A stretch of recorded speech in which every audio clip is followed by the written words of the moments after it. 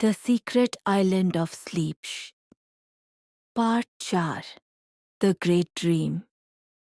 उस रात समंदर पहले से ज्यादा शांत था। आसमान में चांद चमक रहा था और नींद का रहस्यमयी द्वीप नीली रोशनी में चमक रहा था। रक्षक नीरो द्वीप के बीच खड़े पुराने पेड़ के पास खड़ा था। हर रात की तरह वह छोटे छोटे सपनों को हवा में भेज रहा था। लेकिन तभी समंदर के बीच एक बहुत तेज रोशनी उठी। वह रोशनी धीरे धीरे बड़ी होती जा रही थी, जैसे कोई विशाल सपना द्वीप की ओर आ रहा हो। नीरो ने पहले कभी इतना चमकता सपना नहीं देखा था। वह सपना द्वीप के ऊपर आकर रुक गया। उसकी रोशनी पूरे आसमान को चमका रही थी।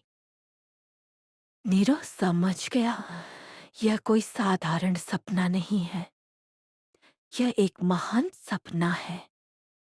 ऐसे सपने बहुत कम लोगों के होते हैं।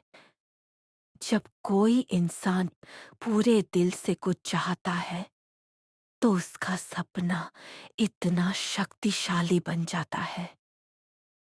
नीरो ने धीरे से हाथ बढ़ाया और उस चमकते सपने को छुआ। जैसे ही उसने उसे छुआ, सपना और भी शांत हो गया। उसकी रोशनी नरम और सुंदर हो गई। नीरो मुस्कुराया। उसने कहा, अब तुम तैयार हो दुनिया में रोशनी फैलाने के लिए।